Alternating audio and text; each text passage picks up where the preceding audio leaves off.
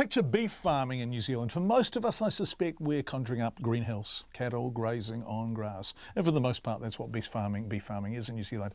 But becoming increasingly common alongside that is American-style intensive grain-fed beef farming. Cattle bunched together for months at a time while they're fattened up on maize, grains and molasses. They're called feedlots, and we've been doing stories on them now for a little while.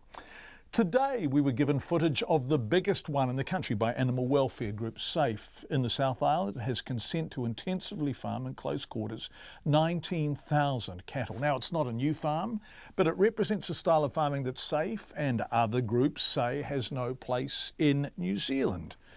Would love your opinion on that, but first, Zac Fleming has more.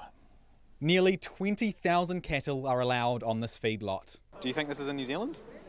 I hope it's not. No, that looks like somewhere in Russia. It's in Ashburton, an hour-and-a-half drive south of Christchurch. 5 Star Beef Limited, established in 1991, this is New Zealand's biggest beef feedlot. These cattle spend 6 months grazing, eating grass, and then they're moved here, locked in square, uncovered pens, given vaccinations to prevent disease, and fed grains for anywhere from 2.5 to 8 months. Grain-fed plus movement restricted equals fat cattle fast. But animal welfare group SAFE has serious concerns about both animal welfare and the environmental impact of having nearly 20,000 cattle confined. The farmers who are doing this, they're just wanting to make a quick buck by putting the animals in these sorts of feedlots. And, it's putting our international reputation at risk. The 5 Star Beef feedlot isn't the only one in New Zealand, it's just by far the biggest. Most others are several thousand cattle at most. SAFE is calling on Environment Minister David Parker to ban feedlots. They've got no shelter, so in the blazing hot sun or from the freezing winter temperatures, they're just there in those barren pens. There's no grass, it's called a zero grazing system, and those animals are forced onto a grain diet for the months before they're slaughtered for beef, and that can cause a lot of welfare issues as well. The grain can cause bloating and diarrhoea in those animals. Fish and Game want them banned too. Chief Executive Martin Taylor says they're at odds with attempts to clean up our waterways. The Ministry of the Environment is quite clear that sediment runoff is one of the big problems for New Zealand. We know it's damaging the environment, and yet we allow practices like feedlots to continue. One of the indictments on New Zealand is that we identify an issue, which is erosion and sediment, and then we just turn a blind eye to what's causing it. And one of the things that are causing it is feedlots.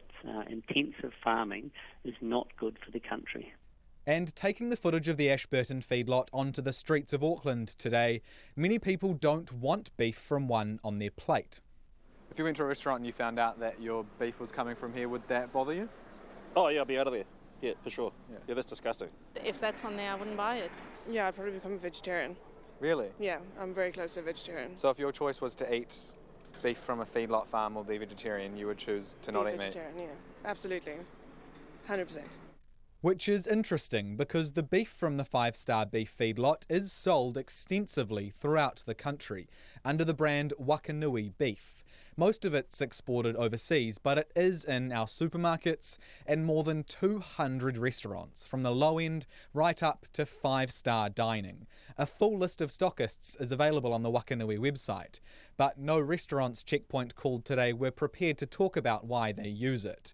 And Ansco, which owns the feedlot, wasn't available for an interview today either, but it said in a statement that it adheres to the highest standards of animal welfare, that grain-finished products provide a premium niche option for consumers.